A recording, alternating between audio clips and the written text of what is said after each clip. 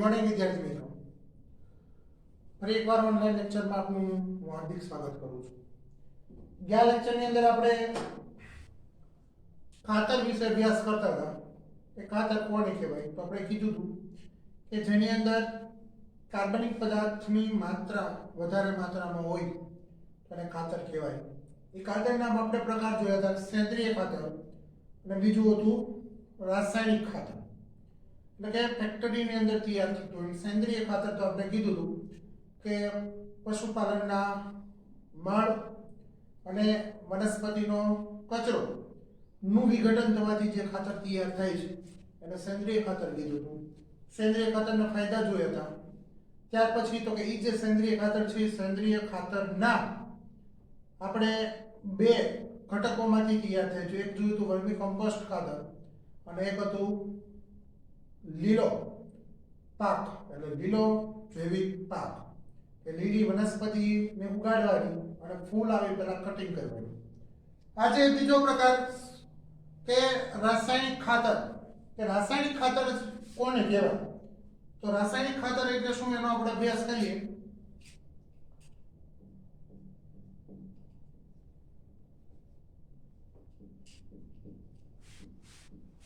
રાસાયણિક ખાતર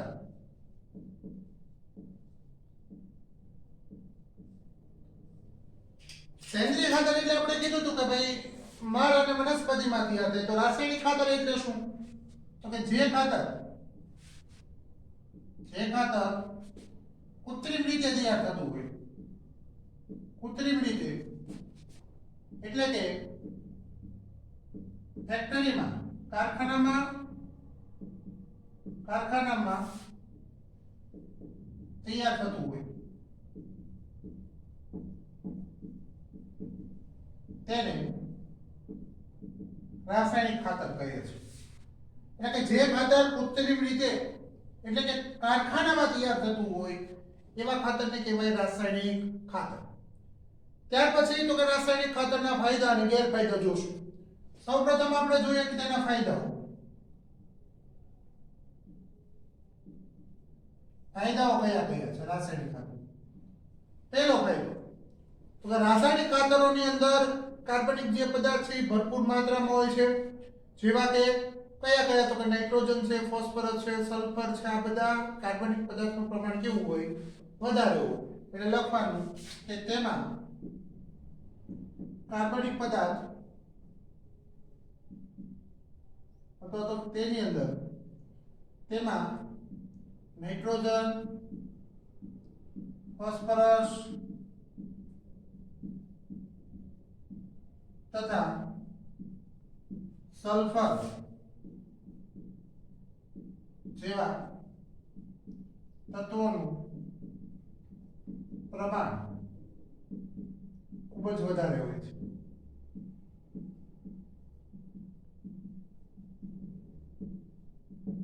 એકા કે ખૂબ જ વધારે એટલે પાકની જે છે તેથી તે પાકની વૃદ્ધિ, વિકાસ વધારે થાય. એટલે કે એમાં ફળ પણ ઝડપથી વિકાસ થાય, ફૂલનો પણ ઝડપથી વિકાસ થાય અને સાથોસાથ છોડનો પણ ઝડપથી વિકાસ થાય. એટલે એ લખી શકો કે તેથી નાઇટ્રોજન, ફોસ્ફરસ અને સલ્ફરનું પ્રમાણ ખૂબ વધારે છે. તેથી તેમાં પાક તથા ફળ ફૂલનો ઝડપથી વિકાસ થાય છે.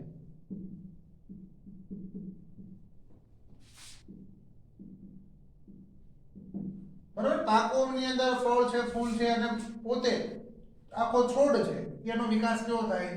ઝડપથી થાય. સાથોસાથ વિકાસ ઝડપથી થાય, નાઇટ્રોજન, ફોસ્ફરસ નું પ્રમાણ વધારે હોય.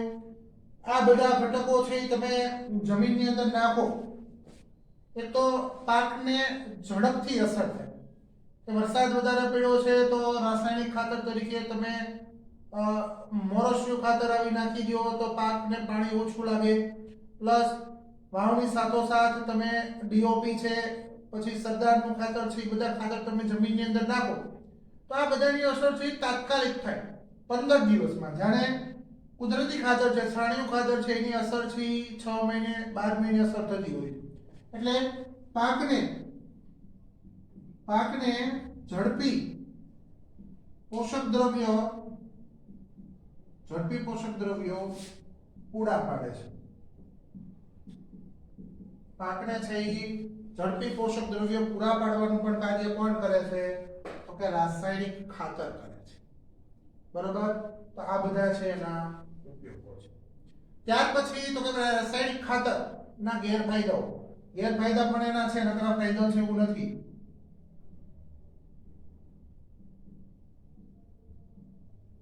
રાસાયણિક ખાતરના ગેરફાયદાઓ કયા કયા છે? તો પહેલું કે કાર્બનિક ખાતર એટલે સેન્દ્રિય ખાતરની સરખામણીમાં આ ખાતરો છે કિંમતમાં મોંઘા છે. કેવા છે? મોંઘા છે. એટલે કિંમતમાં મોંઘા છે એટલે પહેલું લખવાનું કે કિંમતમાં ખૂબ જ ખર્ચાળ છે.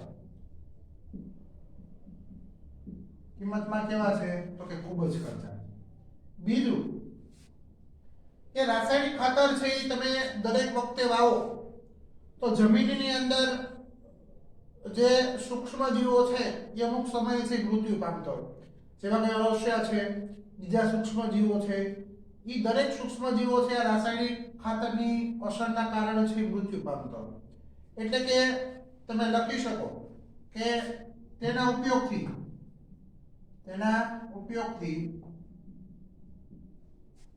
જમીનમાં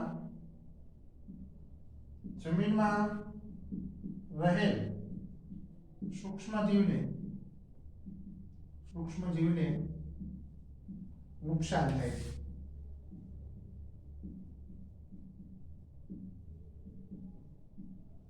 તેના ઉપયોગથી જમીનમાં રહેલા સૂક્ષ્મ જીવોને શું થાય? નુકસાન થાય. ત્યાર પછી તો કે આ વસ્તુનો વારંવાર તમે ઉપયોગ કરો રાસાયણિક ખાતરનો તો સૂક્ષ્મ જીવોને નુકસાન થાય, અળસિયાનું પ્રમાણ જમીનની અંદર ઓછું થાય. તો જમીન જે પોચી અળસિયાથી જમીનને પોચી બનાવવાનું જે કાર્ય કરતું કાર્ય રૂંધાય છે, બંધ થઈ જાય. તો જમીન પોચી ન બને તો હવાની જે અવરજવર જમીનમાં થવી થાય નહીં. એટલે કે જમીનની અંદર પોષક તત્વો જે મળવા જોઈએ પોષક તત્વો છે સ્થાપિત થાય નહીં. એટલે આ નુકસાન છે. પ્લસ કે વારંવાર ઉપયોગ આનો કરવામાં આવે લાંબો સમય તો જમીનની અંદર જે ગુણવત્તા છે, જમીનની જે ફળદ્રુપતા છે શું થાય? ઘટી જાય. એ પણ તમે લખી શકો કે ત્રીજો મુદ્દો કે લાંબા સમય સુધી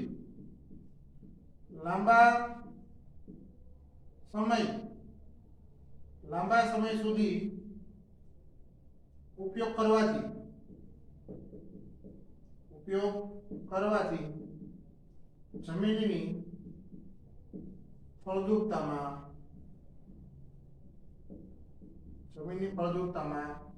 ઘટાડો થાય છે.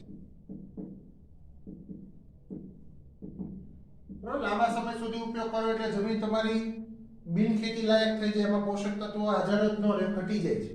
એટલે કે ત્રીજું કે રાસાયણિક ખાતરો છે એ સેહત માટે નુકસાનકારક છે. પ્લસ પર્યાવરણનું પણ પ્રદૂષણ કરે છે. જમીનનું અંદર જે ભૂસ્તળ જે જળ છે, સપાટી પર રહેલું ભૂજળ, એ ભૂજળને પણ નુકસાન કરાવે છે. એટલે જમીનમાં રહેલ પાણીને પ્રદૂષિત કરે છે.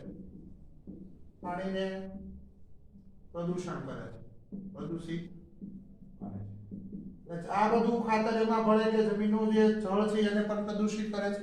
પ્લસ રાસાયણિક ખાતર વારંવાર વાપરવામાં આવ્યું હોય તો પર્યાવરણને પણ નુકસાન થાય છે. સાથોસાથ આ ખાતર તમે વાવો છો એ પાણી સાથે શું થાય? તો કે વધારે વરસાદ પડે, ખાતર આવ્યું પાણી સાથે વહી જાય એટલે આપણને શું થાય? તો કે મોંઘું પડે. એટલે પણ તમે લખી શકો કે વરસાદના પાણી સાથે તે પાણીમાં દ્રાવ્ય થઈ વહન પામે છે. તેથી તે ખેડૂતને પરવડે નહીં. બરાબર? તો આ છે 5 મુદ્દાઓ છે મુખ્ય. એના ગેરફાયદાઓ છે કે ફાયદા નથી પણ એના ગેરફાયદાઓ પણ છે. એટલે સૌપ્રથમ રાસાયણિક ખાતર કોને કહેવાય? એ રાસાયણિક ખાતરની વ્યાખ્યા તો આપણે કીધું કે જે ખાતર કૃત્રિમ રીતે એટલે કે કારખાનામાં તૈયાર કરવામાં આવતું હોય તેના રાસાયણિક ખાતર કહેવાય. રાસાયણિક ખાતરના ફાયદાઓ તેમાં નાઇટ્રોજન, ફોસ્ફરસ, સલ્ફરનું પ્રમાણ વધારે હોય છે, તેથી તે પાકને ઝડપથી ફળ ફૂલ અને ઝડપથી વિકાસ કરાવે. પાકનો ઝડપમાં પોષક દ્રવ્યોથી પૂરા પાડે છે. ગેરફાયદામાં કિંમતમાં ખૂબ ઊંચા છે. તેનો ઉપયોગ જમીનમાં રહેલ સૂક્ષ્મ જીવને નુકસાન થાય છે. લાંબા સમય સુધી ઉપયોગ કરવાથી જમીનની ફળદ્રુપતા ઘટે છે. જમીનમાં રહેલા પાણીને પ્રદૂષિત કરે છે. વરસાદના પાણી સાથે તે પાણીમાં દ્રાવ્ય થઈને વહન પામે છે, એટલે તે મોંઘું પડે છે.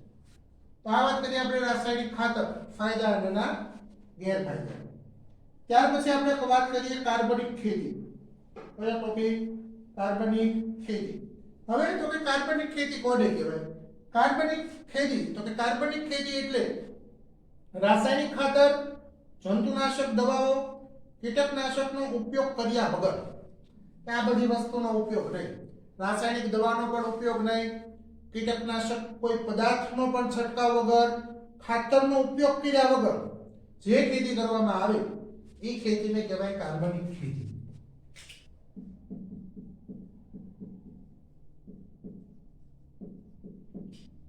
એવી ખેતી કાર્બનિક ખેતી. કાર્બનિક ખેતી કોને કહેવાય?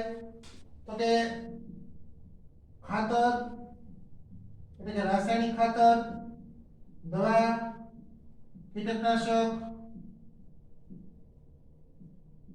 કીટકનાશક પદાર્થ નો ઉપયોગ કર્યા વગર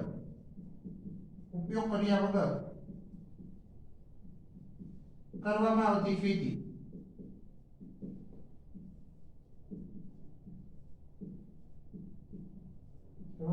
ખેતીને કાર્બનિક ખેતી કહે છે.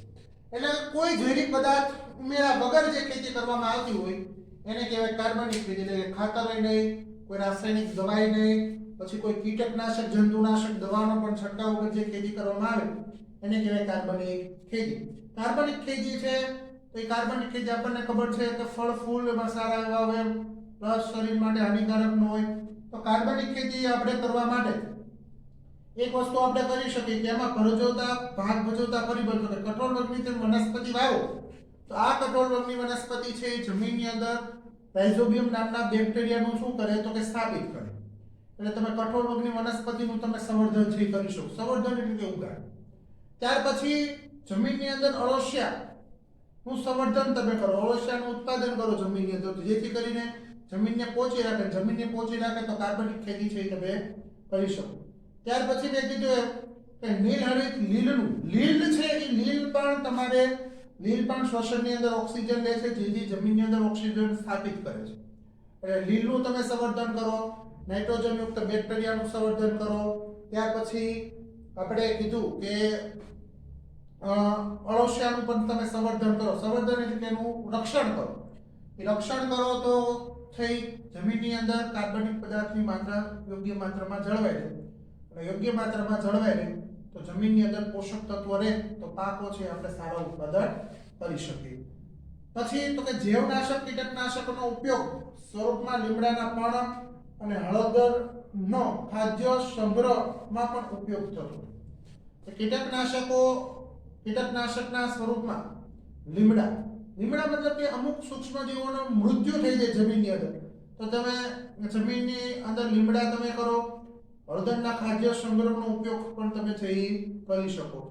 આમ કાર્બનિક ખેતી છે એ જૈવ આધારિત ખેતી તરીકે ઓળખવામાં આવે છે. કાર્બનિક ખેતી એટલે ઉત્તમ ખેતી, એવી ખેતી કે જેની મદદથી સ્વાસ્થ્યને છે નુકસાન થાય નહીં. એટલે આ છે તમારું રાસાયણિક ખાતર અને કાર્બનિક ખાતર. તો આજના લેક્ચર પૂરતું આપણે આટલું રાખીએ. આવતીકાલે કે આ જે કાર્બનિક ખેતી છે એમાં સૌથી અગત્યનો ટોપિક સિંચાઈ છે. સિંચાઈના કેટલા પ્રકાર છે, એ સિંચાઈ માટેનું પાણી ક્યાંથી મળે છે, સિંચાઈ કેટલી માત્રામાં, કેટલા યોગ્યતા પ્રમાણે સિંચાઈ કરવી જોઈએ, એ આપણે આવતા લેક્ચરની અંદર ચર્ચા કરશું. અસ્તુ, ધન્યવાદ.